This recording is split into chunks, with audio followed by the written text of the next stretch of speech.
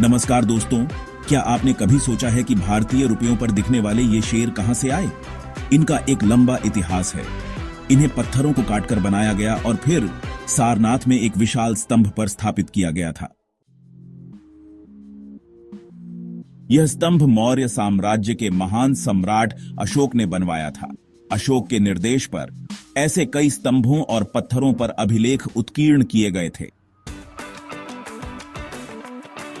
अशोक जिस साम्राज्य पर शासन करते थे, उसकी स्थापना उनके दादा चंद्रगुप्त मौर्य ने लगभग 2300 साल पहले की थी। चंद्रगुप्त की सहायता चाणक्य या कौटिल्य नामक एक बुद्धिमान व्यक्ति ने की थी। चाणक्य के कई विचार हमें अर्थशास्त्र नाम की किताब में मिलते हैं। आइए वंश शब्द को समझते हैं। वंश का मतलब है जब एक ही परिवार के कई सदस्य एक के बाद एक राजा बनते हैं तो उन्हें एक ही वंश का कहा जाता है। मौर्य वंश में 3 महत्वपूर्ण राजा हुए, चंद्रगुप्त, उसका बेटा बिंदुसार और बिंदुसार का पुत्र अशोक। मौर्य साम्राज्य में कई महत्वपूर्ण नगर थे, जैसे पाटलिपुत्र, उज्जैन और तक्षशिला।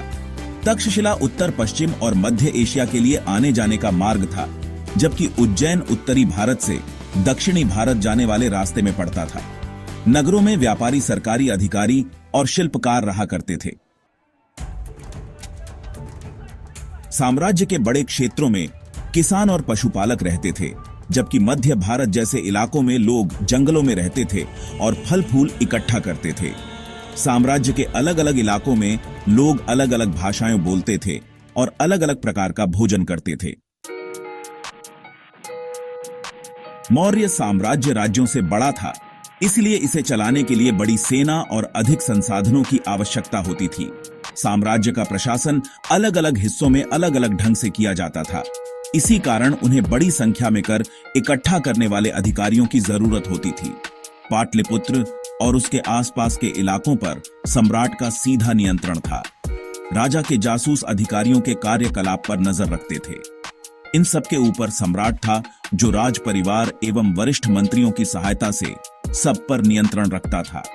तक्षशिला तथा उज्जैन जैसे प्रांतीय राजधानियों की कमान अक्सर राजकुमारों को दी जाती थी। उन्हें वहां का राज्यपाल बनाया जाता था। अर्थशास्त्र में यह लिखा है कि उत्तर पश्चिम कंबल के लिए और दक्षिण भारत सोने और कीमती पत्थरों के लिए प्रसिद्ध था। संभव है कि संसाधन नजराने के रूप में इकट्ठे किए जाते थे। नजराना उसे कहते हैं जहां कर नियमित ढंग से इकट्ठे किए जाते थे। वही नजराना अनियमित रूप से जब भी संभव हो इकट्ठा किया जाता था। ऐसे नजराने विविध पदार्थों के रूप में प्रायः ऐसे लोगों से लिए जाते थे जो स्वेच्छा से इसे देते थे। जंगलों में रहने वाले लोग काफी हद तक स्वतंत्र थे। उनसे यह उम्मीद की जाती थी कि वे मौर्य पदाधिकारियों को हाथी, लकड़ी, मधु और मोम जैसी चीजें लाकर दें। अशोक ने अपने संदेशों को जनता तक पहुंचाने के लिए शिलालेखों का उपयोग किया। ये शिलालेख साम्राज्य के विभिन्न हिस्सों में पाए गए हैं।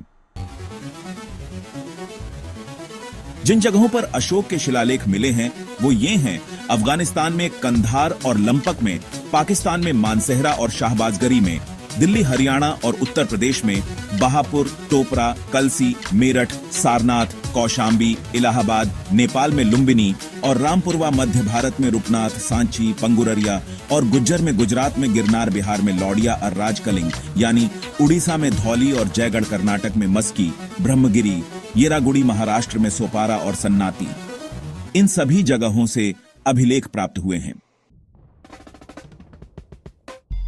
मेगास्थनीज चंद्रगुप्त के दरबार में पश्चिम एशिया के यूनानी राजा सेल्यूकस निकेटर का राजदूत था।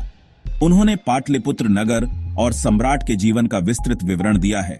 आइए यहां एक अंश दिया है, उस पर चर्चा करते हैं। सम्राट का जनता के सामने आने के अवसरों पर शोभा यात्रा के रूप में जश्न मनाया जाता है।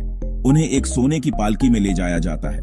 उनके अंगरक्षक सोने और चांदी से अलंकृत हाथियों पर सवार रहते हैं। कुछ अंगरक्षक पेड़ों को लेकर चलते हैं।